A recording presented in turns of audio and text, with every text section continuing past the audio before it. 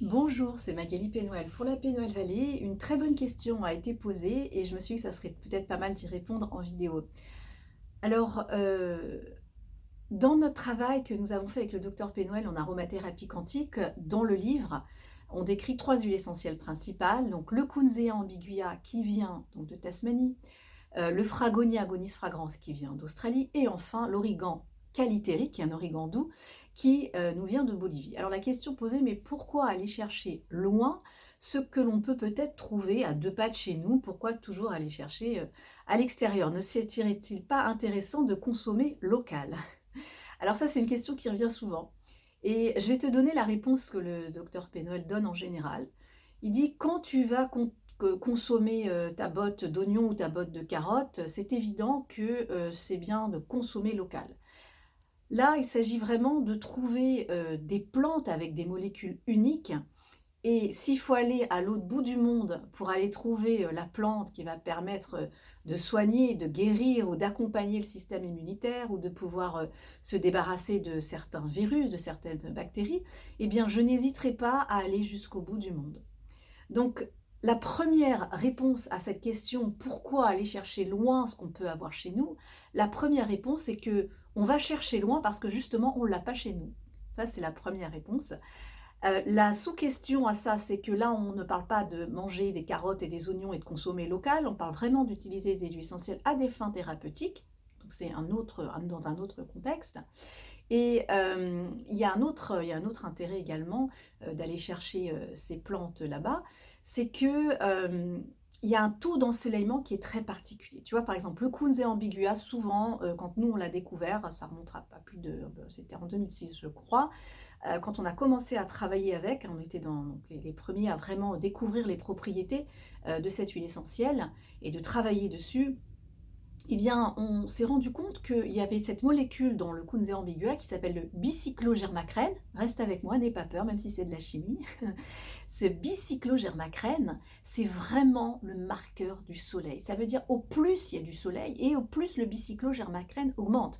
Donc tu imagines qu'en Tasmanie, le taux d'ensoleillement est très élevé. Maintenant, certains me disent, mais pourquoi on ne prend pas le Kunzea, on le plante en France si tu veux? Mais à mon avis, tu n'auras plus tout à fait le même Kunzea parce que évidemment, une plante, elle évolue en fonction du taux d'ensoleillement, elle évolue en fonction de la terre dans laquelle elle est plantée. C'est la notion de biotope. Après, il y a d'autres notions qu'on appelle les chémotypes, et les chémotypes sont moins sensibles au biotope. C'est une autre notion. Mais pour répondre à ta question, je vais prendre un petit plant de Kunzea et de Fragonia, je vais le planter en France. D'ailleurs, je crois qu'il y en a qui l'ont fait. Ok, mais tu auras un Fragonia français. Voilà, ça ne sera pas le même soleil, ça ne sera pas la même empreinte. Donc là, je te parle à un niveau biochimique moléculaire. Maintenant, il y a une autre notion. Quand tu regardes la Terre, il y a une très très belle image sur internet, si tu peux regarder, et tu tapes Gondwana et l'Eurasia. Et tu verras, il y a des images même mobiles comme ça, tu vois tous les continents qui sont réunis. Et à un moment donné, eh ben, tu vas voir que les continents ils se séparent. Et tu vois d'un côté le Gondwana, donc tout l'hémisphère sud, et le l'Eurasia. Donc tu vois que tu as comme deux polarités comme ça qui se scindent. Dans l'aromathérapie quantique, et on va même pas dire que l'aromathérapie quantique, mais dans un état d'esprit, on va dire, un petit peu intégratif, tu penses macrocosme, microcosme. Macrocosme, c'est ce qui est macro, c'est ce qui est gros, donc la Terre. Microcosme, c'est nous, mais c'est aussi nos petites populations, nos bactéries intestinales. Donc, on vit sur cette planète, dans ce monde, avec le microcosme et le macrocosme. Il y a des grands idées et des petites idées et qui se mêlent et qui ont des accointances comme ça. Donc, pourquoi est-ce que je te dis ça? Parce que quand tu regardes la Terre, elle se divise en deux, et nous aussi, êtres humains, on est un petit peu fragmentés quelque part. On est fragmentés entre notre tête, notre cœur, notre côté, on va dire, plus, tu sais, on dit comme ça de façon simplifiée, on a trois cerveaux, même si c'est beaucoup plus complexe que ça, mais on a un cerveau beaucoup plus reptilien, animal, et puis on a un cerveau un petit peu plus, on va dire, émotionnel, le côté limbique. Après, tu as le néocortex, hein, le néocortex, c'est toute la réflexion. Bon, je sais que toutes ces théories aujourd'hui, c'est beaucoup plus complexe, mais globalement, on ne peut pas nier le fait qu'on est quand même assez tiraillé entre ce côté un peu plus animal qui est en nous, hein. On est des êtres organiques aussi, on fonctionne, on mange, on évacue comme un animal, on se reproduit. Et puis d'un autre côté, ben, on est plus que ça. Donc toute la complexité de l'humain, c'est de trouver de trouver ces différentes strates qui sont en nous et de les faire cohabiter d'une façon, harmonieuse. Alors j'espère que tu me suis toujours. Je reviens à cette idée de Gondwana et Laurasia. Gondwana, Laurasia, division. Notre corps à nous, il est aussi quelque part divisé, morcelé. Et on vit dans une situation qui est très, on va dire, industrialisée, qui est assez laurasienne, hein, la façon de penser, la façon de mener les tests. On est quand même assez, voilà, dans un cadre qui est assez laurasien, on va dire, assez occidental. Et l'idée d'aller chercher des plantes un peu plus dans ce Gondwana, donc un peu plus africain, tu vois, ce berceau de l'humanité, ou l'hémisphère sud, et ben c'est aussi aller se reconnecter à une origine première, aller se reconnecter à cette terre-mère. Donc c'est ça l'idée d'aller chercher des plantes du Gondwana. C'est pas simplement dire, bah moi je consomme local, on n'est pas à ce niveau-là. On est vraiment, si un jour je te dis, ben tiens, moi je vais t'apprendre à parler, je sais pas, espagnol ou africain, ou bah, si tu l'apprends dans une salle de cours ou si je t'emmène dans le marché, en Orient et que tu vas goûter les épices et que tu vas voir les gens, tu vas pas être imprégné de la même façon. Donc là, on va se reconnecter à une plante qui est née voilà, dans cette terre première, originale, et on va l'intégrer à nous. Donc une plante, oui, tu peux détailler ses molécules, tu peux faire une chromatographie, tu peux faire un tableau de résultats d'analyse, et c'est vrai, comme nous, on peut nous analyser, on peut mesurer nos cellules, on peut mesurer nos taux de cellules immunitaires, tout est mesurable. Mais au-delà de cette mesure, il y a autre chose, d'accord? Là, tout à l'heure, je parlais de la vanille.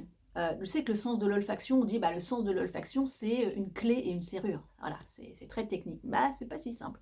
C'est pas si simple parce qu'on s'est rendu compte qu'il y a des formes de molécules qui étaient exactement les mêmes, mais que la vibration autour, donc il y avait cette vibration olfactive, elle était différente.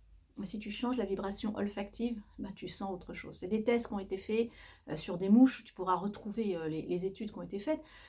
C'est pas simplement l'olfaction, c'est le trou, la serrure, la molécule, elle tue une bactérie, elle tue un virus, est en bonne santé. C'est pas ça. Si c'était ça, on serait tous en bonne santé. C'est bien plus complexe que ça. Et d'ailleurs, la crise du coronavirus, elle nous l'a bien montré. Moi, j'aime bien j'avais regardé certaines vidéos qui disaient, mais en fait, le virus, c'est une information. Est-ce que le virus, c'est un être vivant? Non, c'est pas un être vivant, le virus. C'est pas un être vivant. Et il est obligé de rentrer dans toi pour te pirater, pour rentrer dans ta mitochondrie et pour vivre. C'est un zombie, en fait. Il a besoin de toi pour vivre. Il s'installe en toi. D'accord. Ce zombie, il passe, hop, c'est une information qui te traverse, il vérifie, te check au passage. T'es en bonne santé ou t'es pas en bonne santé? T'es en bonne santé, c'est bon, je peux aller ailleurs. T'es pas en bonne santé, alors crée tes cellules immunitaires. Montre-moi que t'es fort. Je viens te tester. Pourquoi? De quoi t'as peur? Allez, viens, on y va. Et donc, si tu commences à voir le virus en te disant, mais en fait, il vient me tester, c'est un thermostat immunitaire, hein, comme me disait un docteur sur les réseaux sociaux, c'est un thermostat immunitaire. Il vient te checker. T'es en bonne santé?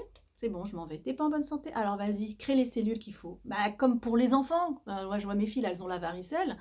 Bon, bah ça y est, ça a duré quelques jours et maintenant c'est fini. Elles ont créé leur système immunitaire. Virus, il passe. Alors, costaud ou pas costaud? Si pas costaud, bah vas-y, fais ta fitness. Voilà, c'est tout. Alors, je ne veux pas être caricaturale, et évidemment, dans certains cas, il faut évidemment faire ce qu'il faut pour se protéger, et il y a des outils, et il y a des méthodes. Voilà, on sait tout ça. Mais j'ai un message. Le message, c'est de dire, de toute façon, on vit avec ces êtres microscopiques. Virus, bactéries, champignons, c'est des cohabitations qui existent depuis des milliers, des millions d'années. Notre ARN, il est fait de virus. Il y a 8% de notre génome qui est fait de virus. On vit avec des bactéries, il y en a tout le temps. Donc, on ne peut pas faire, là il y a les virus et la bactérie, et là il y a moi. Et on vit constamment comme ça dans cette peur. Non, il va falloir apprendre la cohabitation. Voilà, c'est comme ça. Voilà, donc pour en revenir à la question pourquoi, hein, tu vois, j'ai beaucoup développé autour, pourquoi aller chercher des huiles essentielles en dehors de France, alors qu'on peut avoir des huiles essentielles poussées sur notre territoire. J'espère avoir répondu à ta question. C'est pas juste une histoire de manger des bottes de carottes et des oignons, c'est d'aller chercher des plantes uniques, avec un taux d'ensoleillement unique, avec un biotope unique, et surtout avec, je vais dire, une vibration unique. Je sais que le mot vibration vibratoire, il peut être interprété dans différents sens du terme, mais quand je dis vibration, comprends cette idée qu'une plante qui va pousser dans un environnement particulier, elle va pas emmener, ne serait-ce qu'au niveau olfactif, elle va pas emmener la même odeur. Voilà, j'espère que cette question, enfin cette réponse aura répondu à ta question. Pourquoi en aromathérapie quantique, on va chercher des plantes ailleurs plutôt qu'ici? Et d'ailleurs, je vais te dire, on ne va pas chercher que des plantes d'ailleurs parce que dans notre formation, on étudie 60 huiles essentielles comme, et dans ces 60 huiles essentielles, on retrouve par exemple la lavande vraie, de France. Donc on ne va pas étudier que les plantes de l'étranger et ce que je veux dire, c'est que l'aromathérapie quantique, en fait, au-delà de l'aromathérapie, c'est une façon de percevoir les choses, une façon de penser.